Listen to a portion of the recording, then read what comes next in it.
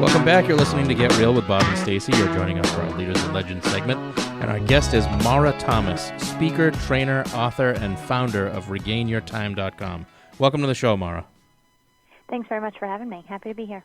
So I'm going to give everybody some background on Maura. She is an award-winning international expert helping busy people discover attention management as the new path to productivity, working with clients such as the American Heart Association, L'Oreal, Dell, and AIG. She is a TEDx speaker, founder of RegainYourTime.com, and author of Personal Productivity Secrets and upcoming book, Work Without Walls. Her work has been featured in hundreds of national media outlets, including Inc., Fast Company, Forbes, Entrepreneur, and the Wall Street Journal, to name a few. And she is a regular contributor to the Harvard Business Review. So I have a million questions for you because I think, like most of the world, I always feel like I don't have enough time to get everything done. It's probably true. Yes, it is true. To get everything done. I can say in Stacy's case, it's 100% true. So it's great, though. It means you're ambitious and driven, and you got a lot going on. And that's great. Well, I was reading through your blog about your new book, etc. First, as far as offices go, so I have a bunch of real estate offices, and you have advice on how to intentionally create a workplace culture that nurtures creativity and improves productivity. How could I do that?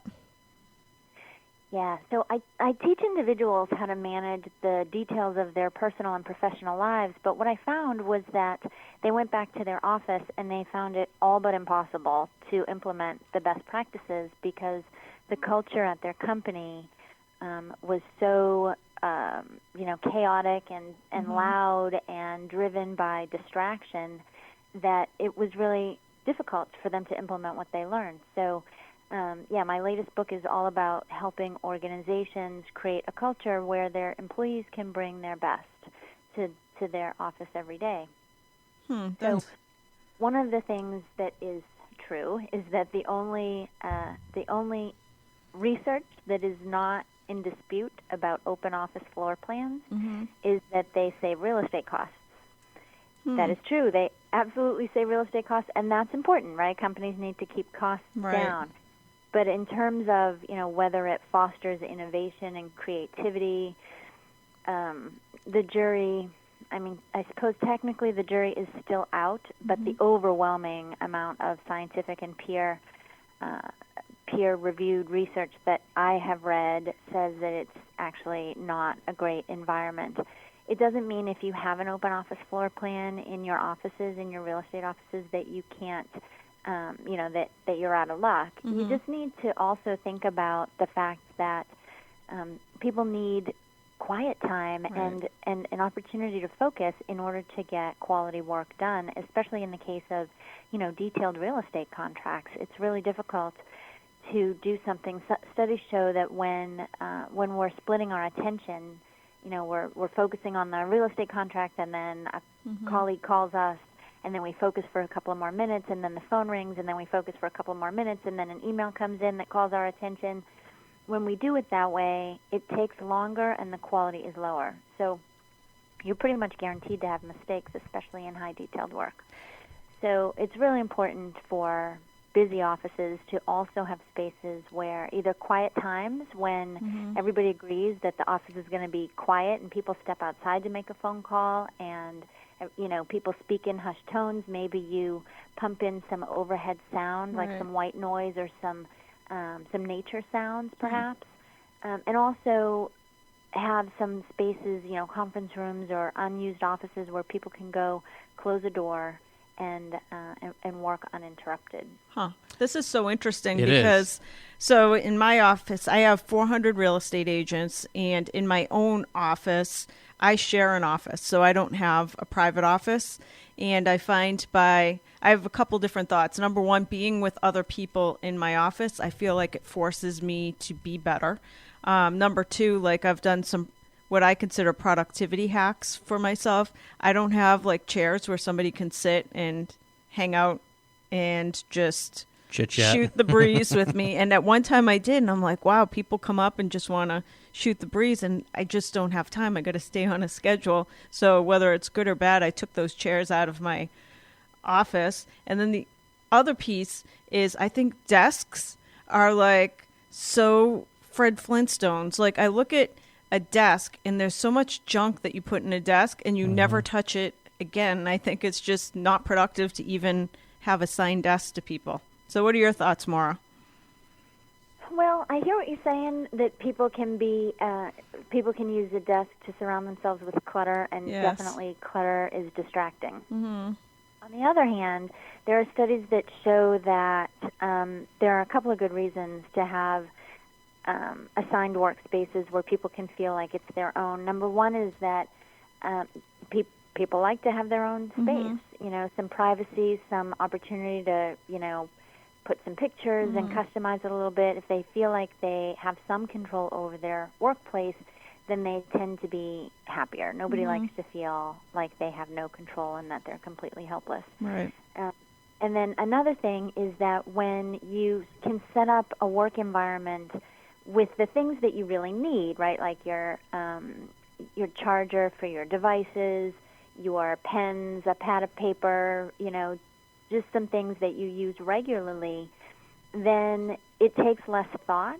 If you have to sort of get set up every time you sit down to work, and then, you're working and you reach for a pen, but the pen isn't where you expect it because you're at a different desk today than you were yesterday, then you have to interrupt what you're doing.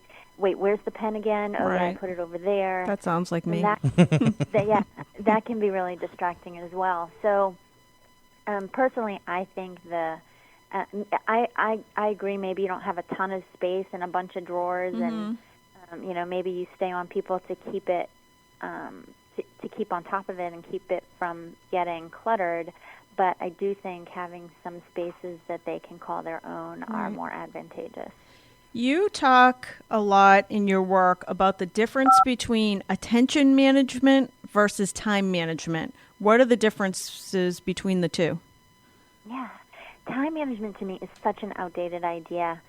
Back in the day, before we had computers and before we had email and before we had the internet, pretty much your only distractions were the phone and other people, right? And so you could go into your office because everybody had one, and you could close the door because everybody had one of those too, and you could put your phone on Do Not Disturb, and you could sort of manage your time, right? You could decide, here are all the things I have to do, and here are the times that I'm going to do them, and aside from, the occasional knock on your door or the times when you needed a break, you could pretty much work from your schedule, right? That was time management. But today that plan is out the door because we don't have walls right around our office. We don't have a door that we can close. Even we have a bunch of different phones. We have the internet, and even if nobody else interrupts us, or even if emails don't come in or whatever, the internet has trained us to interrupt ourselves because that any thought that jumps into your head that you have that you used to be forced to put out of your mind. Like if you were sitting there working and all of a sudden you thought, I wonder what movies are playing this weekend. I'd love to see a movie, right? You would be like, well, I don't have the paper in front of me, and so I can't really think about that right now. And you would just push it aside and stay focused. But now you know that with a few clicks on your keyboard, you can find out exactly what movies are playing this weekend. Or any other thought that jumps into your head, right? You can indulge it, you can get an answer, and so it's super distracting.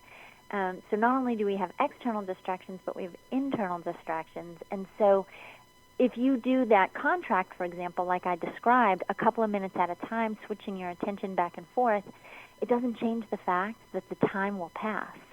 Right? But if you didn't control your attention during the time that you scheduled to do that activity, then you will have a much different experience than the one that you intended. So how you manage your time, to me, is only relevant to the extent that you also devote your attention, which means attention management is much more important today than time management. That's very interesting. So somebody like you who is like an expert on productivity, I'm curious as to how you handle social media and your mobile device. Like, is it certain times in the day that you check them, or How do you manage it? Yeah, such a great question because everybody is really struggling with this. I think the most important thing to remember is that our devices exist for us, for our convenience. I think that we've forgotten that, right? I don't think anybody intentionally walked into like the Apple Store or Best Buy or wherever you got your device and, plopped down your money and said, here's my $200 so everybody in the world can interrupt me all the time. Right. And yet, that's how we behave, right? We don't ever put our phone. Most people never put their phone on silent. It's always vibrate, right. which isn't really silent, and it still interrupts us. We never use the do not disturb features. We never shut it off. We just allow it to interrupt us all the time. And so I think taking control over your technology is the first secret. You have to remember that it's there for your convenience, right. and sometimes you have to be unavailable. And, I get this question from real estate agents all the time because they're like, hey, I have to provide really excellent customer service, which means immediate responses, because if I don't get back to people, they're just going to go to the next person. And right. to be honest, there are two things I have to say to that. Number one is I'm not really sure that it's true because everybody does research today, right? Nobody just sort of blindly plucks a person out of, off of Google and said, hey, her picture looks nice. I think I'll call her, right? Everybody does research. They ask their friends. They go on Yelp. They do research and to find the person that they think they want to work with. And so at some point, even real estate agents, even people in very competitive industries have to rely on their reputation, their personal reputation. And so if somebody is calling you, you have to recognize that they're probably calling you because it's you, because they did some research and they decided to call you. And if that's true, then they will wait. I mean, they won't wait days, but they'll probably wait an hour, right, for you to call them back.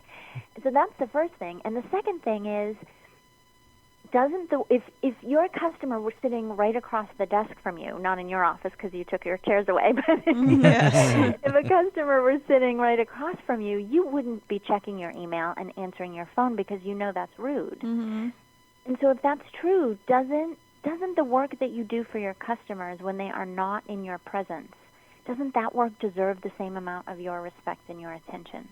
And if it does, then you have to be unavailable sometimes. And again, you can't be unavailable for days at a time, but maybe 30 minutes, an hour, 90 minutes at a time. I love that. It's reasonable. I forgot that there's a silent mode on the phone. Right? You never put yours down long enough to see if that works. That's what I tell people. Every device you have has an off button. You might not know where it is, but it's there somewhere. I'm just as bad, though. I mean, I'm terrified of turning my phone off because I'm convinced that that'll be the time when somebody really needs to get a hold of me. Yeah, but if they do, they'll find you. There's 17 other ways to get a hold of you. Right? That's true.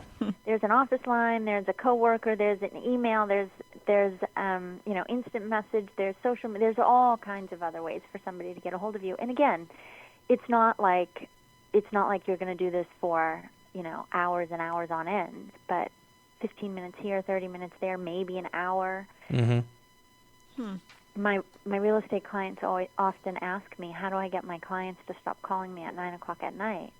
And my response is, stop answering the phone. Exactly. That's a good point.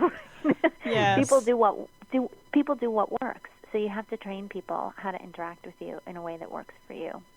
Good advice. Very good advice. That's awesome. So we only have a few more minutes. Do you have any productivity hacks for just an average business person going to work or just dealing with life? Anything that just makes life easier? Yeah, absolutely. Two things. Number one is absolutely learning how to control your attention because our devices, marketers, everybody in the world is trying to get your attention right now. And so your only defense against that, and therefore your only ability to live a life of choice, because if you spend your days just reacting to everybody who wants your attention, then you're not doing your stuff, you're doing their stuff, right? And so the only way to live a life of choice is to learn how to control your attention. Yes. So that's the first thing. And then the second thing is that you can't, it's really difficult to manage all of the details that it takes to run your life successfully in your head or without any kind of system. Most people I find have their tasks that they need to do, like all of their responsibilities, really, all the actions that they need to take. They have them in some combination of their head, their paper list, maybe an electronic list, sticky notes, flagged in their email, saved voicemail messages that they need to get back to. That's really hard to do effectively. It would be like trying to do a puzzle with the pieces scattered all over the house. That doesn't make any sense because you don't know how big the puzzle is. Right. You'd have to run around looking for all the pieces. You'd have to try to remember, like, what did that opening look like in the dining room that I have to now go into the bedroom and find that piece that fits that opening? What did that open? Right? You can't. It's not an effective way to do a puzzle, and it's the same with your life. You have to get everything in one. You have to have a really good system for managing all of those details, and that system starts with having a tool that you can rely on that will remind you of things when you need them, that you know you can access whenever you need it, and have everything in one place inside that tool. Wow. Great advice. And I think the best place for any of our listeners listening today to find all of that information is to check out Maura Thomas's book and website. Her website is regainyourtime.com, and she is author of Personal Productivity Secrets and the soon-to-be-released book, Work Without Walls. Thank you so much for joining us today, Maura. Thanks, Maura. My pleasure. Thanks for having me. That's all for this edition of Get Real. Tune in again next weekend for more.